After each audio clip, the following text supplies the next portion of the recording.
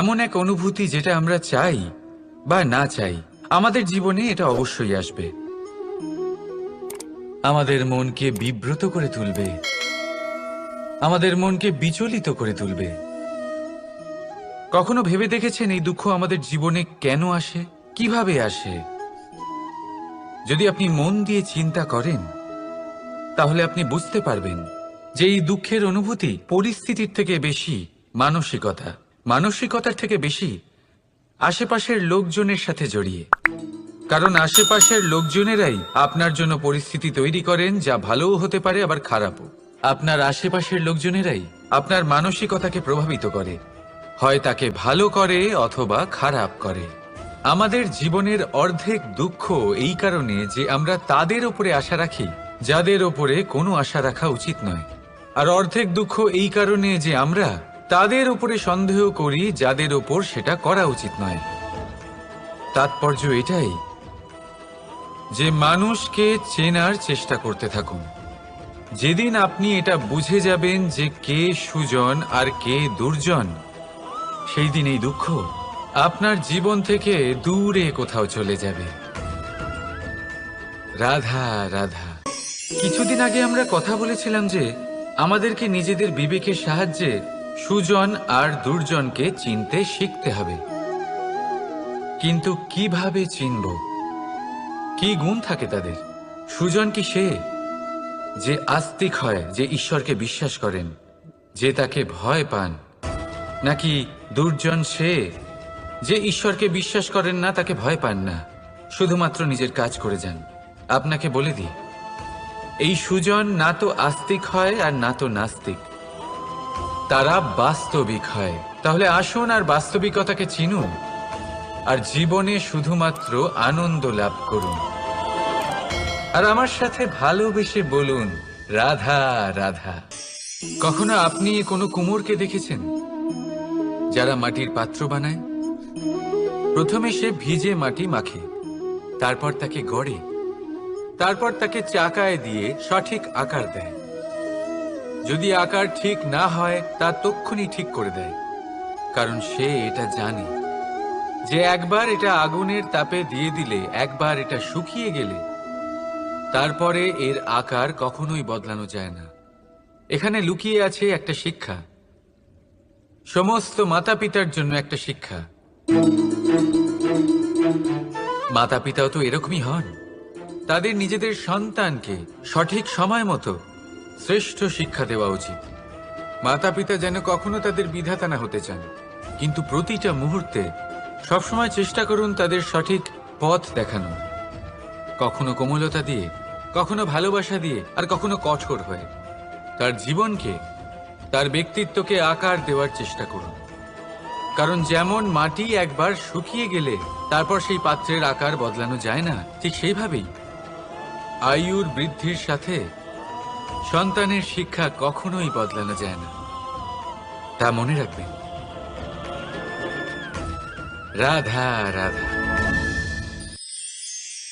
নদী হোক বা সাগর হোক, নৌকা আমাদের এটা পার করতে সাহায্য করে। এই নৌকা কখনো কখনো ডুবেও যায়। এবারে এখানেই লুকিয়ে রয়েছে একটা শিক্ষা। অটল জলে এই নৌকা থাকে, তবুও ডুবে যায় না।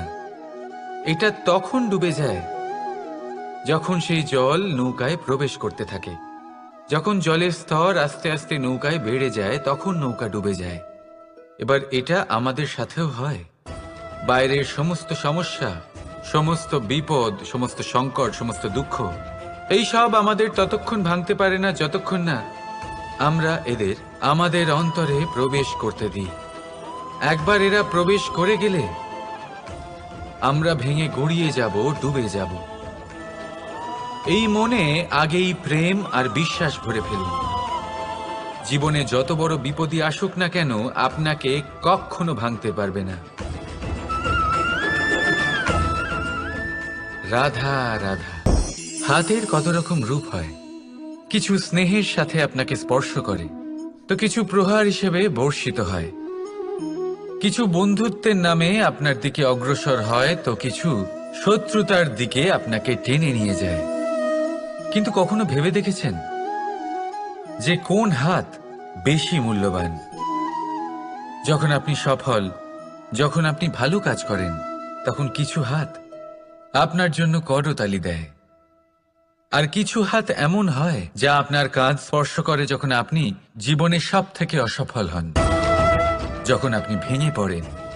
তাই করতালি দেওয়া সেই হাত, আপনার প্রশংসা করা সেই হাত, তার থেকে অনেক বেশি দামি সেই হাত যা আপনাকে তখন আশ্বস্ত করে যখন আপনি এমন সময় কাটাচ্ছেন যা আমরা কেউ কাটাতে চাই না। সেটা আপনার সম্বল হয়ে ওঠে, আর এই সম্বলই আপনাকে জীবন অতিবাহিত করার শক্তি প্রদান করে। তাই একে অপরের সম্বল হয়ে থাকবেন, জীবনে সব সময় ভালো থাকবেন। রাধা রাধা। মানুষ, প্রত্যেক মানুষ কাউকে ভালোবাসে, কাউকে ঘৃণা করে, কাউকে সম্মান করে, আবার কাউকে তিরস্কারও করে। মানুষ সবকিছু হতে পারে, সুস্থও হতে পারে, রোগীও হতে পারে, ধনীও হতে পারে, নির্ধনও হতে পারে, বন্ধুও হতে পারে, আবার শত্রুও হতে পারে। যদি কিছু না হতে পারে তা হলো অস্পৃশ্য, অচ্ছুত, ভগবানের কাছে সব থেকে বড় পাপ। এই যে মানব শরীর, তা ঈশ্বর প্রদত্ত, তা তার মন্দির। প্রত্যেক শরীরে ব্রহ্মদেব বাস করেন। তাই শরীরের অপমান করা, সেটা ছোঁয়া থেকে দূরে থাকা, এটা কখনো করবেন না। এই জীবনে ছুত অছুত কখনো বিচার করবেন না। পরমেশ্বর যা দিয়েছেন তার সম্মান করতে শিখুন। আর আসুন আমার সাথে ভালোবেসে বলুন, রাধা রাধা। উপহার, উপহার কারোর জন্য বস্তু হতে পারে, তো কারোর জন্য অনুভূতি। কিন্তু এই উপহার সকলের ভালো লাগে। এবার যদি জিজ্ঞেস করা হয় যে উপহার কিরকম হওয়া উচিত, তাহলে কেউ বলবে যে উপহার এমন হওয়া উচিত যার সাথে আমরা সোনা রূপোর তুলনা করতে পারি। কেউ বলবে এমন উপহার হওয়া উচিত যা পেলে কারোর মন খুশি হয়ে ওঠে, সে আনন্দ উপভোগ করে। ব্যক্তি উপহার যা দিচ্ছে তা নির্ভর করছে তার আর্থিক অবস্থার উপরে। কিন্তু উপহার যাই হোক না কেন, তাতে একটা অনুভূতির অভাব কখনোই থাকা উচিত নয়, আর সেই অনুভূতি হলো ভালোবাসার অনুভূতি। তাই মনে রাখবেন, ভালোবাসার থেকে বড় উপহার আর কিছুই নেই। আর যদি ভালোবাসার এই উপহার আপনি লাভ করেন, তার থেকে বড় আর কোনো সম্মান নেই। রাধা রাধা। কখনো কোনো বাচ্চাকে দেখেছেন? কত কিছু ঘটতে থাকে তার জীবনে, শৈশব থেকে বেড়ে ওঠা অবধি অসংখ্য অনুভূতি অনুভব করে সে। কখনো পড়ে যায়, কখনো আহত হয়, কখনো জ্ঞান লাভ করে, কখনো কষ্ট সহ্য করে, তো কখনো আনন্দ উপভোগ করে। কিন্তু মনে রাখে সে শুধুমাত্র আনন্দের মুহূর্তগুলি। এবার শুধু একবার আপনার জীবনের প্রারম্ভের দিকে তাকিয়ে দেখুন, আপনার শৈশবে তাকিয়ে দেখুন। আপনি দেখবেন বেশিরভাগ যেসব স্মৃতি আপনার মনে আছে সেগুলি সমস্ত ভালো মুহূর্তের, খারাপ মুহূর্তের নয়।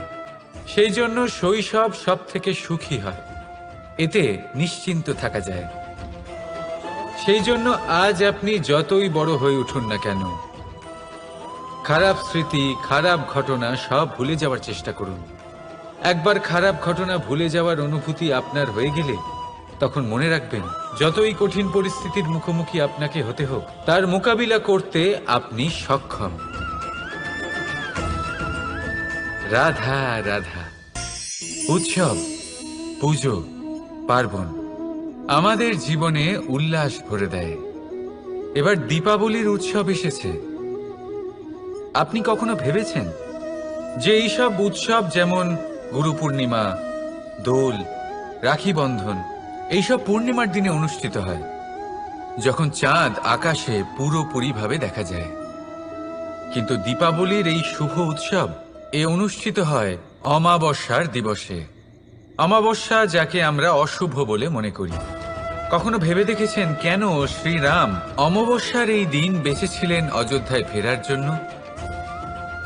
একদিন পরে বা একদিন আগেও তো আসতে পারতেন উনি, কারণ উনি এই সংসারকে একটা বার্তা পৌঁছে দিতে চেয়েছিলেন যে মুহূর্ত নয়, কর্মই আসল। যদি আপনার কর্ম বড় হয়, শুভ হয়, তাহলে অমাবস্যার এই রাতকেও প্রদীপের সাহায্যে আলোকিত করা যেতে পারে। তাই সময় বিচার করা না করা আপনার সিদ্ধান্ত মাত্র, কিন্তু নিজের কর্মের বিচার করা আমার উপদেশ। রাধা রাধা। আসুন এই ছোট্ট গাছটা দেখুন। এই গাছ আমার কাছে অত্যন্ত প্রিয়। আমি এই গাছটাকে ভীষণ ভালোবাসি।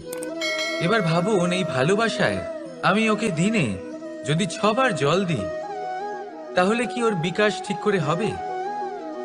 এটা কি ওর জন্য ভালো হবে? কখনোই নয়। এর শিকড় পচে যাবে। এর শিকড়ের জল গ্রহণ করার ক্ষমতা শেষ হয়ে যাবে। তাহলে কি করা দরকার? দরকার হলো একে সঠিক মাত্রায় জল দেওয়া। দরকার হলো সঠিক সময় অন্তর তাকে জল দেওয়া। দরকার হলো একে সূর্যের তাপও সহ্য করতে হবে। দরকার হলো প্রতিটা কাজ যেন পরিমাণ মতো হয়। এবারে এই ভুল বেশিরভাগ মাতাপিতাই করে ফেলেন। নিজের সন্তানকে এতটাই ভালোবেসে ফেলেন, আর তাতে সন্তানের প্রতিটা ইচ্ছে পূরণ করেন। তারা প্রত্যেকটা জিনিস তাদের দেন, প্রতিবার তাই করেন। আর এইভাবে সন্তানের বিকাশে নিজেই বাধা হয়ে ওঠেন। এরকম করবেন না। এই যাত্রা আপনার সন্তানের।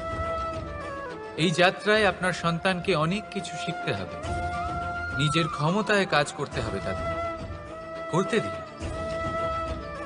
একটা অত্যন্ত গুরুত্বপূর্ণ কথা বলবো আপনাদের, তা আপনারা মনে রাখবেন। প্রেম আর শত্রুতা অধিক হয় তাহলে তা ক্ষতিকর। প্রতিটা বিষয়ে সমতা বজায় রাখুন। আর আমার সাথে ভালোবেসে বলুন, রাধা রাধা। পাদুকা, খড়ম আমাদের জীবনে কতটা গুরুত্বপূর্ণ হয়। যখনই আমরা এটা পায়ে পড়ে হাঁটি, এটা আমাদের রক্ষা করে কাঁটা থেকে, ছোট পাথর থেকে। এটা আমাদের সুরক্ষিত রাখে। কিন্তু যদি এটাকেই আমরা অন্য দৃষ্টিভঙ্গি দিয়ে দেখি, তাহলে এই পাদুকার জন্যই হাঁটার সময় পেছন থেকে আমাদের পায়ে কাদা লেগে যায়। এরকম মানুষও আমাদের জীবনে থাকে, যে থাকে তো আমাদের সাথেই, কিন্তু এরাই আমাদের পিঠ পিছে কাদা ছোড়ে। এবার হাঁটার সময় যখন আপনার পায়ে কাদা লাগে আপনার পাদুকার জন্য, আপনার নজর সেদিকে থাকে না। আপনার নজর থাকে সামনের দিকে, কারণ সেটাই আপনার লক্ষ্য, সেটাই আপনার পথ, আর সেটাই আপনার করা উচিত। তাই মনে রাখবেন, আপনার পা ধরে সেই টানতে পারে যে আপনার পেছনে রয়েছে, আর আপনার নজর সেখানে নয়। সবসময় সামনে নিজের লক্ষ্যে থাকা উচিত। প্রতি মুহূর্তে নিজের লক্ষ্যের দিকে তাকিয়ে থাকুন। সবসময় জীবনের সামনে এগোতে থাকুন। আর রাধা রাধা। মানুষ এক সামাজিক প্রাণী। সমাজে ঘোরাফেরা করে, অন্য মানুষ খুঁজে বেড়ায়, সম্পর্ক তৈরি করে, সেটাকে গড়ে তোলে, সুখ দান করে, সুখ লাভ করে, নিজের দুঃখকে কম করে। কিন্তু একটা জিনিস সে বোঝে না, কোন ব্যক্তি আপন আর কোন ব্যক্তি পর। দেখুন, আপন সে নয় যে সুখের সময় আপনার সাথে থাকে। আপন সে যে দুঃখের সময়ে শুরু থেকে শেষ অবধি আপনার সঙ্গে থাকে।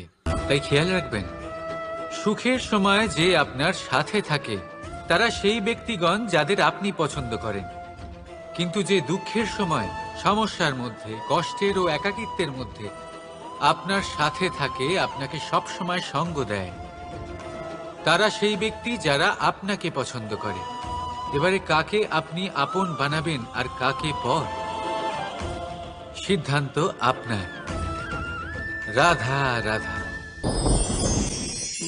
নাম কত সাধারণ একটা বিষয়। প্রত্যেক মানুষ যে জন্ম নেয় তাকে একটা নাম দেওয়া হয়। যা সে পেয়ে থাকে তার মাতা পিতার দ্বারা, না হলে তার গুরুর দ্বারা, বা কোনো আত্মীয়ের দ্বারা, বা কোনো কাছের মানুষের দ্বারা। এই নামের সাথেই সে আস্তে আস্তে বেড়ে ওঠে। কিন্তু এটাই কি সেই নাম? এই নামই কি সবকিছু? কখনোই নয়। একটা নাম সেটা যা আপনি জন্মের সময় লাভ করেন, যে নামে আপনি কর্মের পথে অগ্রসর হন। আরও একটা নাম সেটা যা আপনি আপনার কর্মের দ্বারা অর্জন করেন। আর এই নামেই আপনাকে সবাই যুগ যুগ ধরে মনে রাখে। আপনার আসল নাম সেটা নয় যা আপনাকে জন্মের সময় দেওয়া হয়েছিল। আপনার আসল নাম সেটা যেটা আপনি আপনার কর্ম দ্বারা লাভ করেছেন। কারণ সেই লাভের পেছনে প্রচুর প্রয়াস লুকিয়ে থাকে, অনেক পরিশ্রম লুকিয়ে থাকে। কিন্তু যদি আপনি চান যে মানুষ আপনার নাম মনে রাখে, তাহলে আপনাকে কর্মের পথে অগ্রসর হতেই হবে। শুভ কর্ম করতে হবে, অনর্গল চেষ্টা করে যেতে হবে, মহান কাজ করতে হবে। আর বিশ্বাস করুন, আপনি একটা মহান নামের ফল অবশ্যই লাভ করবেন। রাধা রাধা। চিন্তা। সবাই বলে চিন্তা করা উচিত নয়, কিন্তু চিন্তা সবাই করে। যিনি বৃদ্ধ ব্যক্তি হন, তিনি নিজের অতীতের সাথে বর্তমানের তুলনা করে চিন্তিত থাকেন। একজন যুবক ব্যক্তি ভবিষ্যতের বিষয় চিন্তা করে, নিজের লক্ষ্য কিভাবে পূরণ করা যায় সেই চিন্তায় মগ্ন থাকে। শুধু একজন বালকের না তো তার ভবিষ্যতের চিন্তা থাকে, আর না অতীতের দুঃখ থাকে। আর এরকম কেন? কারণ সে শুধুমাত্র বর্তমান নিয়ে ভাবে, আর তাই সে সব থেকে বেশি সুখী। তাই মনে রাখবেন, যদি আপনি আপনার বর্তমানের বিষয়ে ভাবেন, তাতে বাঁচেন, সেটাকে ঠিক রাখেন এবং সেটাকে আরো ভালো করে তোলেন, তাহলে আপনার অতীত আর আপনার ভবিষ্যৎ আপনা থেকেই ঠিক হয়ে যাবে।